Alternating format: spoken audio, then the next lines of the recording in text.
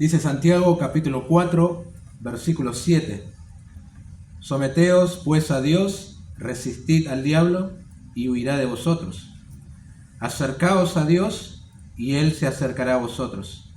Pecadores, limpiad las manos, y vosotros, los de doble ánimo, purificad vuestros corazones. Afligíos y lamentad y llorad. Vuestra risa se convierta en lloro y vuestro gozo en tristeza. Humillaos delante del Señor y Él os exaltará. Oremos. Señor, te damos gracias. Si tú estás con nosotros, ni a la misma muerte temeremos. Recién cantábamos eso, porque tú nos das seguridad. Moisés no quería salir al frente si tú no ibas con él, si tú no acompañabas al pueblo. Eso es lo que tu presencia produce en nuestros corazones: seguridad, certeza de que todo va a estar bien. Aún la muerte, cuando nos sorprenda, estaremos contigo, disfrutaremos de ti. Solamente será un paso más a ese encuentro glorioso que anhelamos también. Como cantábamos recién, mencionábamos eso, que esperamos ese momento que el Señor también nos venga a buscar, nos llame a su presencia. Ambas son preciosas verdades que la Escritura enseña y las creemos. Así que qué bueno, oh Dios, también ahora estar juntos abriendo la Biblia, continuar estudiando esta apasionante epístola y tan relevante para nuestros días, para nuestras congregaciones también, y deseando que tú nos ayudes. Queremos ser una iglesia que te honre, que te glorifique, que rija su vida acorde a los principios bíblicos, mandamientos. Así que te pedimos, Señor, que nos hables, pero más importante aún, que haya disposición en nuestros corazones para aplicar la palabra y ponerla en práctica, porque el mismo Santiago ha dicho que no vale mucho ser un oidor de la palabra y no hacer lo que dice. Así que, Señor, que tu Espíritu la implante en nuestros corazones y haya disposición para obedecerla luego. Eso seguramente mostrará al mundo de la manera más hermosa como es nuestro Señor Jesucristo. Pedimos tu bendición en este tiempo, como siempre, en el nombre de Jesús. Amén. Bueno, hay algo que los lectores de la Biblia habrán notado a medida que van hojeando sus páginas, ¿no? Por un lado, ves la soberanía de Dios en muchos asuntos, ¿no? De la Escritura, en la salvación, interfiriendo en la vida de los hombres también. Y por otro lado también notas la responsabilidad del hombre en algunos asuntos. Y a algunos por ahí como que les cuesta un poco armonizar esas ambas verdades juntas, ¿no? Por ejemplo, en el tema de la salvación, nos encanta decir que Dios es soberano, que Él salva a quien quiere y cuando quiere. Y es así, está bien que digamos eso, ¿no? Pero también notamos en la Escritura que el hombre es responsable por creer y recibir esa salvación, o rehusarse a creer y ser condenado. A veces nos parece eso, ¿no? Así un poco contradictorio y no logramos captar las dos verdades que la misma Biblia enseña. Pero ambas verdades están aquí en estas páginas. Tenemos que creerlas, tenemos que predicarlas. Cuando toque la salvación, Dios es completamente soberano, lo hacemos. Cuando hay un llamado al hombre, también lo hacemos, porque no se contradicen, sino que se complementan, ¿verdad? Así que eso enseña en la Biblia. Ahora, en la porción que nos convoca a nosotros hoy, los versículos 7 al 10 de Santiago 4, en un contexto de conflictos entre hermanos, ese es el contexto, ¿no? Adulterio espiritual, amistad con el mundo, observamos también estas dos enseñanzas de las Escrituras que acabo de mencionar al comienzo. Por un lado, el soberano Dios da mayor gracia, que es aquello que necesitamos para resolver todos estos asuntos. Sin la gracia de Dios no podemos hacer absolutamente nada. Pero por otro lado, el hombre es responsable de recibir esa gracia en humildad y despojándose de toda soberbia, como ya hemos visto vez pasada. O también podemos mirar hacia atrás, vemos también estas dos verdades juntas. Él de su voluntad, leíamos, nos hizo nacer por la palabra de verdad para que seamos primicias de sus criaturas. Pero por otro lado, tenemos que ser prontos para oír, tardos para hablar, tenemos que ser hacedores de la palabra, hacer las obras, controlar la lengua, etcétera, etcétera, ¿no? La soberanía de Dios no anula la responsabilidad del hombre, ¿no? No creamos eso. Bueno, siguiendo ese mismo hilo, Dios da mayor gracia, muy bien. estamos de acuerdo, sin esa gracia nada podemos hacer, pero aquí Santiago capítulo 4, 7 al 10, él ofrece 10 imperativos. Algunos ven menos, lo entiendo, pero son órdenes, mandamientos que los receptores de esa gracia, los creyentes, tienen que poner por obra. Nosotros hemos estado viendo durante este tiempo que la epístola de Santiago es muy práctica, a diferencia de otras epístolas como de Pablo, que a lo mejor son más doctrinal. En esta epístola básicamente se trata de aquello que tenés que hacer y aquello que no tenés que hacer. Gracias a Dios, muy sencillo, no hay misterio, no hay ningún código secreto, ¿no? Así que vamos a prestar atención a estos versículos del 7 al 10. Lo pongo entre preguntas, pensando en todo lo que hemos visto desde el capítulo 4 y antes también, ¿no? ¿Cómo vencemos toda esta racha negativa que hemos estado mirando y que por supuesto nos afecta a todos? Es decir, ¿cómo derrotamos los conflictos en la iglesia? ¿Cómo nos alejamos del mundo cuyo gobierno está en manos de Satanás? ¿Cómo podemos hacer eso? ¿Cómo podemos estar bien con Dios y por ende bien con los hermanos? Podemos tomar estos 10 imperativos que da Santiago aquí como el secreto para tener victoria constante sobre el pecado y la mundanalidad, que es aquello que afectaba a estos creyentes que él está escribiendo y que obviamente también nos afecta a nosotros, ¿no? Todos estamos luchando contra el pecado. Y si no estás luchando contra el pecado, y hay algo mal en esa profesión de fe, ¿no? Porque el creyente es alguien que batalla con su pecado, ¿no? Así es. Bueno, en primer lugar, en realidad tengo un solo punto en todo el mensaje, aunque pueden ser varios. Para tener victoria constante contra el pecado y la mundanalidad debemos, muy sencillo mi punto, someternos a Dios, resistir al diablo. Básicamente eso dice el versículo 7. Someteos pues a Dios, resistid al diablo y huirá de vosotros. Nuestro Dios da mayor gracia, sí, eso no anula nuestra responsabilidad de someternos a Él. Por el contrario, esa gracia que Él da nos permite hacer esto que ahora Santiago nos pide hacer, ¿no? Bueno, la mayoría de las veces que se traduce esta palabra someterse, aparece en la escritura con sujetarnos. Básicamente lo mismo, no vamos a hacer una diferencia, ¿no? ¿Qué es esto? Ponerse bajo la autoridad de otros.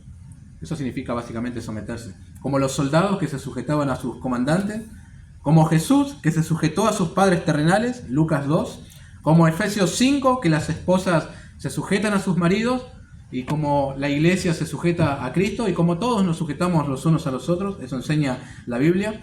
También como todos debemos sujetarnos a las autoridades, Tito 3, así voluntariamente nos sujetamos a Dios, obedeciéndole en todo y guardando sus mandamientos. Y me faltó mencionar cómo los empleados se sujetan a sus patrones, ¿no? O esclavos a amos. Ahora, si bien es un imperativo, esto es una orden, tiene que someterse a Dios. Nuestra sujeción a Dios no es obligada, no es forzada, sino que es voluntaria, ¿verdad? Nosotros decidimos sujetarnos a Dios en base a lo que Él ha hecho por nosotros, en base a lo que Él es, nuestro Señor, nuestro Salvador, ¿verdad? Eso es someternos, hermanos. Disponernos a obedecer los mandamientos de Dios. Jesús estaba siempre sujeto a su Padre Celestial. Hacía lo que Él le agradaba y oraba para que se hiciera su voluntad. Y ahí tenemos una muestra, un ejemplo de lo que es someternos a Dios. Si vamos a orar que se haga su voluntad, está bien, debemos aceptarla también cuando se hace. Y así mostramos sujeción a Dios. Someternos a Dios nos hace humildes, nos aleja del orgullo. Someternos a Dios es la mejor manera de tener victoria sobre el pecado y la mundanalidad. Es obvio que cuando hemos caído en pecado, cuando andamos en pos de lo mundano, se debe a que hemos dejado justamente esto, hermanos, nos hemos alejado de Dios, nos dejamos de someter a su autoridad, no hemos tenido en cuenta lo que Él dice, no tuvimos en cuenta la sabiduría que la Escritura expresa y fuimos detrás de nuestra propia voluntad. Y ahí viene el pecado y el amor al mundo, ¿no?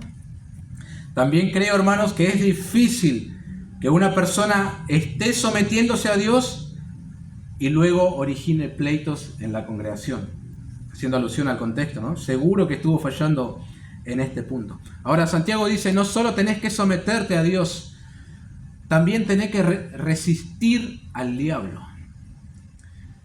Y acá estamos casi en la misma que la del domingo anterior, que él dijo que la amistad con el mundo es enemistad contra Dios, y no nos explica qué es la amistad con el mundo. Acá nos dice que resistamos al diablo, pero a la vez no nos explica cómo se hace esto en la vida práctica, en qué consiste resistirle.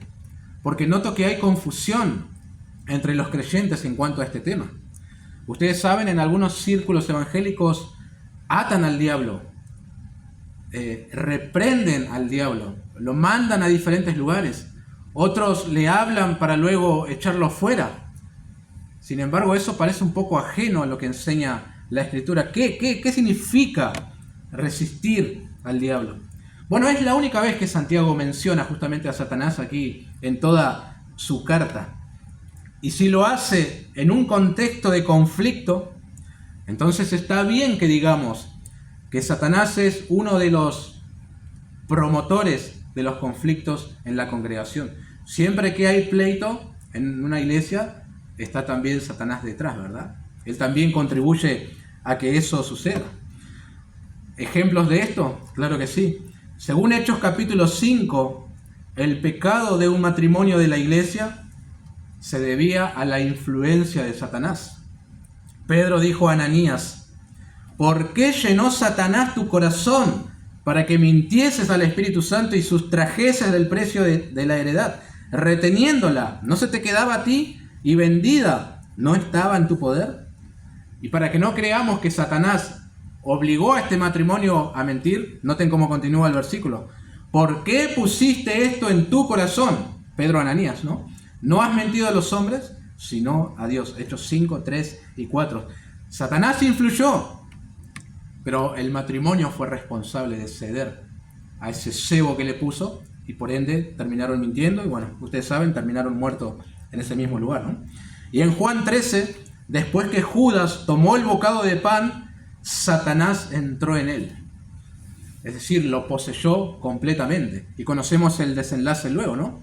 Vende al Señor por un par de monedas, lo traiciona con un beso, finalmente termina suicidándose. Pero él abrió la puerta para que Satanás hiciera lo suyo. Pablo conocía bien las artimañas de Satanás, no ignoraba sus maquinaciones, 2 Corintios 2, y sabía que sutilmente podría engañar a los creyentes, 2 Corintios 11, 3. Entonces aquí Santiago se nos manda a resistirle. La idea es parecida a lo que Pablo dice a los Efesios. Debemos vestirnos de toda la armadura de Dios para que podamos estar firmes, lo mismo, ¿no?, contra las acechanzas del diablo, Efesios 6. Cito también al apóstol Pedro. Él dijo, versículo conocido, sed sobrios y velad, en el capítulo 5, porque vuestro adversario el diablo, como león rugiente, anda alrededor buscando a quien devorar, al cual resistid firmes en la fe. Esa es nuestra parte, queridos hermanos, resistir a Satanás. No debemos trenzarnos a golpe con el diablo, no debemos atarlo, no podemos hacer eso, no podemos reprenderlo, ni nada por el estilo, sino resistirle. Esa es nuestra parte en esto, ¿no?, de combatir contra él. Decirle no a cuando él pone aquel cebo para que nosotros mordamos y bueno, luego procedamos a desobedecer a Dios, ¿no? Sabemos que lanza dardos de fuego contra el creyente, Efesios 6:16. Sabemos que utiliza a personas para engañarnos, porque el mismo Satanás se disfraza como ángel de luz. Así que no es extraño si también sus ministros se disfrazan como ministros de justicia, cuyo fin será conforme a sus obras, 2 Corintios 11. Entonces, solo debemos resistirle. Como consecuencia de esto, la Escritura dice que Él huirá de nosotros. ¿Recuerdan aquel momento en el cual Él estaba tentando al Señor en el desierto? ¿Qué estaba haciendo el Señor? Básicamente resistiéndole. ¿Y cómo lo hacía? Bueno, con las verdades de las Escrituras. Otro ejemplo para nosotros también. Satanás nos dice esto, bueno, la Escritura dice esto. Le resistimos y le resistimos. Así se hace. Y luego Satanás le dejó al Señor y se fue. Si hacemos lo mismo, huirá de nosotros. ¿Volverá otra vez? Por supuesto que sí. Debemos resistirlo otra vez y así sucesivamente, hermanos. En esta guerra no hay tregua.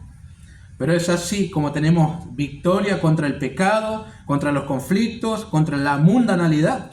Y es así como nos sometemos a Dios, resistiendo al diablo. Muchos creyentes, abatidos por el pecado y atrapados en mundanalidad, seguro que han dejado de resistir al diablo. Se confiaron, como cuando Cristiano dejó de vigilar. ¿Recuerdan el libro? Muchos lo leyeron acá también, El progreso del peregrino. Tremendo libro de John Bunyan. En un momento este personaje también dejó de vigilar. Él se encontraba en el castillo del gigante Desesperación. Estaba con su compañero Esperanza y fue capturado por ese hombre. Encarcelados en el castillo de la duda. El relato dice que el gigante los maltrató, los sacudió, los golpeó y les hizo mucho daño. Casi como en condición miserable quedaron. Eso los llevó a un estado de desesperación profunda. Hasta que Cristiano, el personaje principal, recordó que tenía una llave aquí, que eran las promesas de Dios, y podía abrir todas las puertas del castillo y escaparse. Pero él reconoce que dejó de velar y entonces entró a ese castillo, ¿no? Bueno, un detalle. Resistamos al diablo, queridos hermanos. ¿Es un enemigo fuerte? Por supuesto que lo es. Él nos tienta, sí. Él busca nuestra caída. Así que velemos. Con conceptos bíblicos siempre, ¿no? ¿Qué dice la Escritura? Y así, así, así. También debemos acercarnos a Dios. Hay más imperativos, de hecho mencioné 10, que nos ayudan a tener victoria constante sobre el pecado y la mundanalidad. Vamos al versículo 8, Santiago 4:8. Acercaos a Dios y Él se acercará a vosotros. Pecadores, limpiad las manos, y vosotros los de doble ánimo, purificad vuestros corazones. Esto es parte también, queridos hermanos, de someternos a Dios y resistir al diablo. Acercarnos a Dios. Ahora es muy curioso, ¿no?, que esto se diga a cristianos. Tenés que acercarte a Dios y como orden, porque de alguna manera nosotros entendemos que por los méritos de Cristo ya estamos cerca de Dios. Y ahora se nos vuelve a mandar a que nos acerquemos, y a lo mejor suena un poco extraño, ¿no? Somos hijos de Dios, sí. Él nos ha adoptado, está bien. Nos ha dado de su Espíritu Santo, también es cierto. Pablo dijo a los Efesios, capítulo 2, pero ahora en Cristo Jesús, vosotros que en otro tiempo estabais lejos, habéis sido hechos cercanos por la sangre de Cristo. Pero en nuestra relación con Dios puede generarse cierta distancia de Él, ¿verdad? Y por ese lado va Santiago en este imperativo. La comunión no es la misma, el gozo no es el mismo, el deseo de agradarle pudo haber menguado, la carne comienza a agarrar terreno, las cosas del mundo comienzan a tener cierto atractivo que antes nosotros aborrecíamos. Nos volvimos fríos, nuestra vida espiritual no está bien y eso deja verse en nuestra relación con los hermanos. Entonces, acercaos a Dios. ¿Vieron que una vez más, que la soberanía de Dios no anula la responsabilidad del hombre? Nosotros, cada uno de los que están aquí, tienen que acercarse a Dios. Santiago da momentos, parece dar un oráculo semejante al de los profetas del Antiguo Testamento, ¿no? Seguramente le habrá sonado esto de acercarse a Dios. Zacarías dijo, capítulo 1, verso 3, diles pues, así ha dicho Jehová de los ejércitos, volveos a mí, dice Jehová de los ejércitos, y yo me volveré a vosotros, ha dicho Jehová. También Malaquías, en capítulo 3, desde los días de vuestros padres os habéis apartado de mis leyes, y no las guardasteis. Volveos a mí, y yo me volveré a vosotros, ha dicho Jehová de los ejércitos. Mas dijisteis, ¿en qué hemos de volvernos? Un profeta dijo al rey Asa, oídme Asa y todo Judá y Benjamín, Jehová estará con vosotros, si vosotros estuviereis con él, y si le buscareis, será hallado de vosotros, mas si le dejareis, él también os dejará. Segunda de Crónicas, capítulo 15. Tengo una cita más, Isaías 55, conocido, 6 y 7. Buscad a Jehová mientras pueda ser hallado, llamadle en tanto que está cercano. Deje el impío su camino y el hombre inicuo sus pensamientos y vuélvase a Jehová, el cual tendrá de él misericordia y el Dios nuestro, el cual será amplio en perdonar. ¿Recuerdan Hechos 17, Pablo ante los idólatras atenienses? también hace un llamado semejante al de los profetas. Entre otras cosas le dice, les ha prefijado el orden de los tiempos y los límites de su habitación, para que busquen a Dios, si en alguna manera palpando puedan hallarle, aunque ciertamente no está lejos de cada uno de nosotros. 17, 27 y 28. Dios quiere, queridos hermanos, que nos acerquemos a Él. Esto está escrito originalmente para cristianos, judíos de la dispersión. Obviamente, en la salvación, Él da el primer paso. Él nos salva. Él se acerca a nosotros. Pero luego nosotros debemos acercarnos a Él para fortalecer ese vínculo que Él mismo inició con nosotros. Hay una parte que nos corresponde a nosotros. Podríamos hablar mucho sobre acercarnos a Dios, pero no quiero irme lejos de nuestro contexto. Las cosas no están bien entre los creyentes en esta iglesia a la que Santiago se dirige. Entonces necesitan acercarse a Dios. Necesitan restaurar la comunión. Necesitan confesar sus pecados y rendir su vida. Si estas cosas que estamos viendo, hermanos, suceden en la iglesia, y de hecho suceden en la mayoría, por lo menos en algún momento va a suceder, es porque en un punto los creyentes se alejaron de Dios. Por eso el llamado aquí otra vez, acérquense a Dios. Creo que nadie puede estar cerca de Dios y ser conflictivo. Nadie puede acercarse a Él, palpar su hermosura y luego hacer amistad con el mundo. Nadie que se acerca a Dios puede vivir en los pecados de celos y contención. Nadie que está cerca de Dios tendrá una lengua infernal. En algún momento hubo distanciamiento con Dios. Por eso estas cosas las pasiones, como leímos en el capítulo 4, ¿no? Comenzaron a desarrollarse. Y aquí les dice Santiago, acérquense a Él. Y lo más tremendo del versículo es, Él se acercará a vosotros. Ya ha dado Dios el primer paso de acercarse a nosotros, el más grande de todos los pasos, al enviar a su Hijo Jesucristo para reconciliarnos con Él. En la persona de su Hijo estamos cerca con Dios. Pero el sentido de este acercamiento es de comunión y bendiciones. Él no rechazará a nadie que quiera acercarse a Él. Cualquiera sea tu condición, pleitos, adulterio espiritual, lo que sea, si te acercas a Él, Él también se acercará a ti y renacerá otra vez esa comunión tan hermosa que será entre el Dios Trino y el hombre redimido, ¿no? Qué tremendo. Necesitas acercarte a Él. Todos necesitamos hacerlo.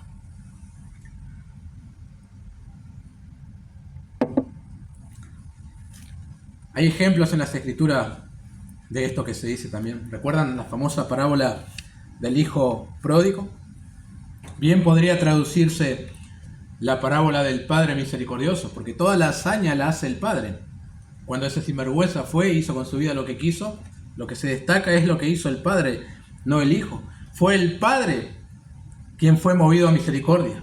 Él corrió, Él se echó sobre su cuello, Él le besó, Él le dio el mejor vestido, Él puso un anillo en su mano y calzado en sus pies, y Él se alegró haciendo fiesta. Lucas 15. Así también el Padre se acercará a nosotros. Y habrá, pregunto esto, ¿habrá algo más hermoso que Él esté cerca de nosotros? No lo creo, no lo creo. Ahora bien, no nos estamos acercando a un amigo de barrio, ¿no? Nos estamos acercando a alguien que la Biblia describe como 3 veces santo.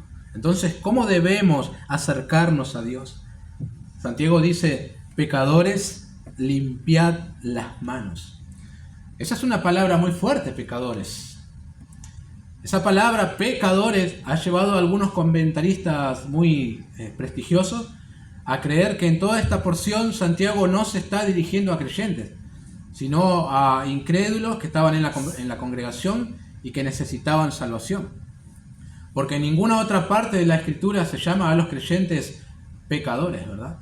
Piensan de esa manera y es muy respetable. Pero, por lo menos yo, sé que otros también, no ven el por qué no pueda llamarse a los creyentes aquí como pecadores, ¿verdad? ¿Por qué? si el contexto nos dice que estos creyentes tienen muchas dificultades con su pecado? Y esta es una buena manera de despertarlo. ¿Qué es esto que estamos leyendo acá? ¿Pecadores? Bueno, esa es tu condición en este momento y tenés que acercarte a Dios. Santiago hace un llamado fuerte a confesar, separarse de su pecado. Limpiar las manos también es un término que los judíos utilizaban. ¿Recuerdan que los fariseos no comían si no se lavaban las manos? ¿No? Se consideraban, era como un ritual, estabas impuro si lo hacías así. En el Antiguo Testamento se utiliza varias veces esto de limpiarse las manos. Noten algunos versículos. Éxodo capítulo 20, 30 y 31. Cuando entren en el tabernáculo de reunión, se lavarán con agua para que no mueran. Y cuando se acerquen al altar para ministrar, para quemar la ofrenda encendida para Jehová, se lavarán las manos y los pies para que no mueran. Salmos 24, 3 y 4. ¿Quién subirá al monte de Jehová y quién estará en su lugar santo? El limpio de manos y puro de corazón. Isaías 1:16. Lavaos y limpiaos, quitad la iniquidad de vuestras obras delante de mis ojos. Dejad de hacer lo malo. Y Pablo también decía a Timoteo: quiero pues que los hombres oren en todo lugar, levantando manos santas, sin ira ni contienda. 1 Timoteo 2, ¿no? Un comentarista muy conocido hace mucho tiempo, Albert Barnes, dice: la idea particular aquí es que para obtener el favor de Dios es necesario quitar nuestros pecados, acercarse a Él con el deseo de ser puro y santo. Recuerden una cosa, lo voy a mencionar otra vez después, no estamos hablando de salvación aquí, ¿no? Más bien de santificación, de restaurar algo que nosotros rompimos con nuestro pecado y distanciamiento de Dios. Que nadie crea aquí que Dios te salva porque vos te apartás del pecado. No, es todo al revés. Él te salva y Él quita tu pecado. Ahora bien, a veces sucede esto, queremos acercarnos a Dios, pero solamente para recibir sus favores. Y cuando las cosas no están yendo mal, y de alguna manera tampoco está mal eso de hacerlo. Dios es bueno y compasivo. Pero ¿por qué no mejor acercarnos a Él con la intención de ser limpios? Que Él quite mi inmundicia. ¿De qué vale, hermanos, un cuerpo sano? ¿De qué vale la economía próspera? ¿De qué vale las relaciones en paz si estamos mal con Dios? Porque el pecado no confesado ha creado una barrera entre Él y nosotros. Estos creyentes de la dispersión, en lugar de pedir para gastar en sus deleites, más bien debían arrepentirse, orar confesando el pecado y acercarse a Dios. Y lo mismo sucede con nosotros. Deberíamos acercarnos más a Dios orando con el espíritu del Salmo 51, ¿no? Así deberíamos orar. Ten piedad de mí, oh Dios, conforme a tu misericordia. Conforme a la multitud de tus piedades, borra mis rebeliones. Lávame más y más de mi maldad y límpiame de mi pecado. Porque yo reconozco mis rebeliones y mi pecado está siempre delante de mí. Contra ti solo he pecado y he hecho lo malo delante de tus ojos, para que seas reconocido justo en tu palabra y tenido por puro en tu juicio. He aquí en maldad he sido formado y en pecado me concibió mi madre. He aquí tú amas la verdad en lo íntimo y en lo secreto me has hecho comprender sabiduría. Purifícame con hisopo y seré limpio.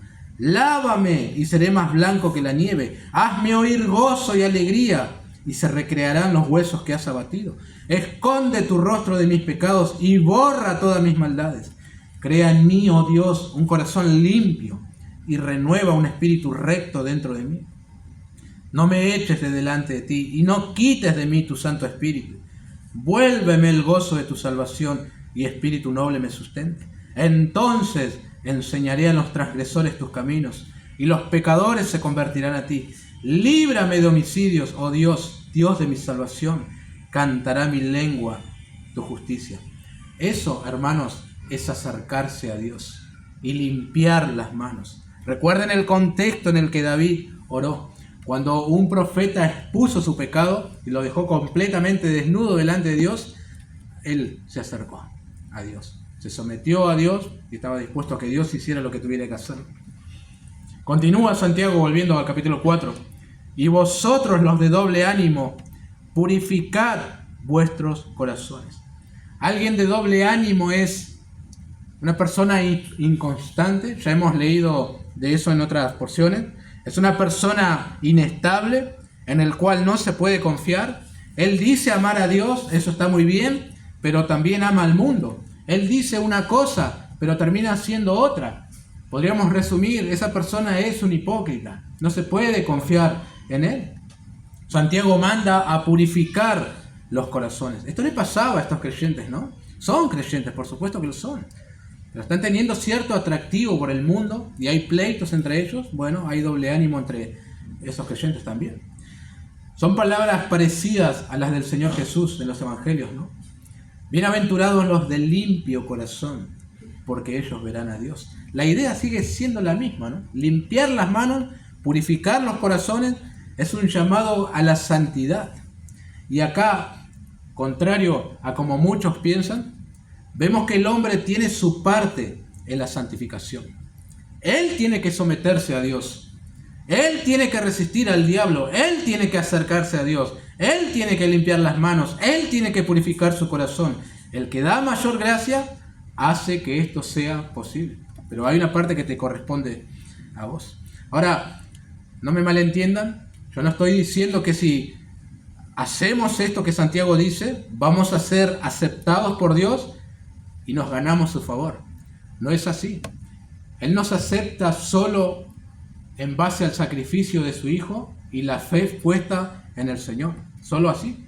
Estamos hablando acá de tener comunión con Dios y disfrutar de Él. Para esto es necesario purificar los corazones. Esto es un llamado a la santificación, hermanos. Apartarse del pecado, apartarse de las mundanalidades. Solo de esa manera estaremos bien con Dios. Disfrutaremos de Él. Disfrutaremos de una iglesia sana, fuerte también. Hay más. Versículo 9. Afligíos y lamentad y llorad. Vuestra risa se convierta en lloro y vuestro gozo en tristeza. Parece una invitación a hacer un luto, ¿no? A hacer una endecha por uno mismo. Todo esto que se manda acá se puede resumir en un solo imperativo. Arrepiéntanse. Es lo que Santiago le está diciendo en el versículo 9 a estos creyentes. Tienen que arrepentirse. Así nos acercamos a Dios con arrepentimiento. Afligíos es darse cuenta de la miseria propia de uno. ¿Quién me librará de este cuerpo de muerte? Decía Pablo en Romanos 7. Spurgeon, citado por MacArthur, dice: hay una relación esencial entre la agonía del alma y la sana doctrina. La gracia soberana está cerca de los que han gemido profundamente al ver lo terriblemente pecadores que son. Lamentar es estar triste, hacer un duelo. Pablo decía a los corintios, recuerdan, en un contexto de pecado y engreimiento, en capítulo 5 de su primera carta: vosotros estáis envanecidos, ¿no debierais más bien haberos lamentado para que fuese quitado de en medio de vosotros el que cometió tal acción? Y llorar es la expresión externa de la aflicción y el lamento interno. Una ilustración, ¿recuerdan la parábola del publicano y el fariseo? Claro ejemplo de esto que está diciendo Santiago. En ese relato se ilustra lo que dice aquí el apóstol. Ambos se acercaron a Dios en oración. Eso está bien. Ahora, el fariseo se justificaba a sí mismo y creía que sus obras impactarían a Dios. Pero el publicano tuvo la actitud que aquí Santiago está mandando.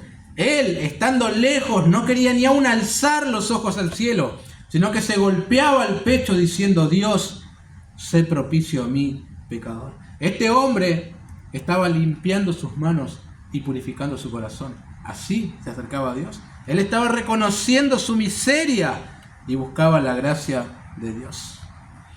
En una condición, hermanos, como la que se encontraban estos creyentes de la dispersión, no había tiempo para risas, sino para que ésta se convirtiera en lloro.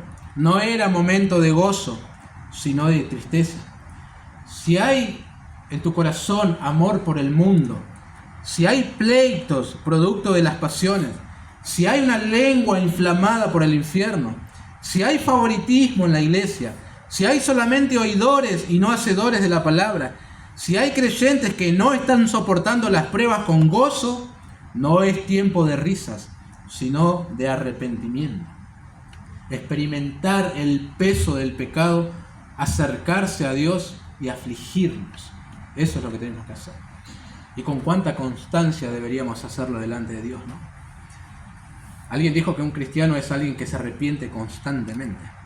No alguien que se arrepintió una vez, constantemente se está arrepintiendo. Mientras más nos acercamos a la luz, más expuesta queda toda la oscuridad que hay en nosotros. Ahora, tampoco debemos creer que esto es una invitación al ascetismo, ¿no? Hacer grandes sacrificios para que Dios se apiade de nosotros. Nada que ver. Acá se trata de arrepentirnos por haber ofendido a un Dios 3 veces santo, por haber quebrantado sus mandamientos yendo en pos de lo mundano. Se trata de proceder como Pedro cuando se dio cuenta que había traicionado al Señor Jesús. Mientras oía el canto del gallo, salió afuera y lloraba amargamente. Eso es limpiar los corazones. Thomas Watson dijo, un puritano: hasta que el pecado no sea amargo, Cristo no será dulce. Y lo último, hermanos, para tener victoria constante sobre el pecado y la mundanalidad y estar bien con Dios, versículo 10, humillaos delante del Señor y Él os exaltará. Básicamente humillarse es descender, ¿no? Bajar, rebajarse uno mismo, mejor dicho. Tenemos al ejemplo de los ejemplos, ¿no? En la persona del Señor Jesús. No hubo otra persona que se humillara tanto como Él, ¿no? Quien descendió hacia lo más profundo. Noten el espiral descendente de Jesús en Filipenses 2. El cual, siendo en forma de Dios, no estimó el ser igual a Dios como cosa a que aferrarse. Ahora, noten cómo baja un poco más. Sino que se despojó a sí mismo tomando forma de siervo, hecho semejante a los hombres. No fue suficiente para Él y quiso bajar más. Y estando en la condición de hombre, se humilló a sí mismo, haciéndose obediente hasta la muerte y muerte de cruz. Más abajo no podía ir, llegó hasta el tope. Ya había dicho Santiago, Dios resiste a los soberbios. Ya hemos visto que el orgullo de algunos en la iglesia que se la daban de maestros, la solución a esto era humillarse ante el Señor, descender de esa altura de orgullo en la que se habían elevado. Hemos hablado ya de cómo considera Dios a la persona que se humilla ante Él, cualquiera sea su condición. Si se humilla ante Dios, Dios le va a aceptar nuevamente y hará cosas conmovedoras en la vida de esta persona. Noten algunos ejemplos que he escrito. Primera de Reyes 21-29. ¿No has visto cómo Acab se ha humillado delante de mí? Pues por cuanto se ha humillado delante de mí, no traeré el mal en sus días. En los días de su hijo traeré el mal sobre su casa. Pobre su hijo. Pero este hombre, que era un rey perverso, se humilló ante Dios y Dios hizo una consideración a esa humillación. Segunda Crónicas 7:14. Conocido: si se humillare mi pueblo sobre el cual mi nombre es invocado, cantamos eso aquí, y oraren y buscaren mi rostro, y se convirtieren de sus malos caminos, entonces yo oiré desde los cielos, y perdonaré sus pecados, y sanaré su tierra. Segunda Reyes 22, 18 al 20. Se le dijo al rey de Judá: así ha dicho Jehová, el Dios de Israel, por cuanto oíste las palabras del libro, y tu corazón se enterneció, y te humillaste delante de Jehová, cuando oíste lo que yo he pronunciado contra este lugar y contra sus moradores, que vendrán a ser asolados y malditos, y rasgaste tu vestido y lloraste en mi presencia. Noten lo que hace Dios. También yo te he oído, dice Jehová. Por tanto, he aquí yo te recogeré con tus padres, y serás llevado a tu sepulcro en paz, y no verán tus ojos todo el mal que yo traigo sobre este lugar. Tremendo. De un rey malo como Roboam, ¿recuerdan? Se dice, cuando él se humilló, la ira de Jehová se apartó de él, para no destruirlo del todo. Y también en Judá las cosas fueron bien. Este principio, hermanos, esta verdad de que si te humillas, Dios te va a exaltar, permea por todas las escrituras. Hay más de esto. Por ejemplo, volviendo al Señor Jesús en Filipenses, cuando Él se humilló, ¿qué dice luego? Por lo cual Dios también le exaltó hasta lo sumo y le dio un nombre que es sobre todo nombre, para que en el nombre de Jesús se doble toda rodilla de los que están en los cielos y en la tierra y debajo de la tierra, y toda lengua confiese que Jesucristo es el Señor, para gloria de Dios Padre. Noten también el oráculo del profeta Isaías en el capítulo 57, 15. Porque así dijo el alto y sublime, el que habita la eternidad y cuyo nombre es el Santo. Yo habito en la altura y la santidad, y con el quebrantado y humilde de espíritu, para hacer vivir el espíritu de los humildes y para vivificar el corazón de los quebrantados. Esto es aquello que necesitaban los creyentes de la dispersión. ¿Y por qué no nosotros también? Humillarse ante Dios. Es lo que el mismo apóstol Pedro dijo: humillaos pues bajo la poderosa mano de Dios, para que Él os exalte cuando fuere tiempo, en su primera carta, capítulo 5. ¿Y cuánto cuesta descender, mis queridos hermanos? Por lo general a nosotros nos gusta subir y subir y subir. Y no importa si para llegar arriba tenemos que pisarle la cabeza de otros hermanos. Queremos subir solamente y ser exaltados. Pero Dios nos manda a que nos humillemos. El camino que conduce a Dios es el de la humillación. Para subir hay que descender. Tenemos que humillarnos delante del Señor, y sólo así tendremos victoria sobre el pecado, la mundanalidad, y tendremos comunión plena con nuestro Dios, humillándonos ante Dios. Bueno, lo que ha dicho Santiago aplica tanto a creyentes como a no creyentes, a los que son salvos y a los que no lo son. Es útil para cada uno de los que estamos aquí.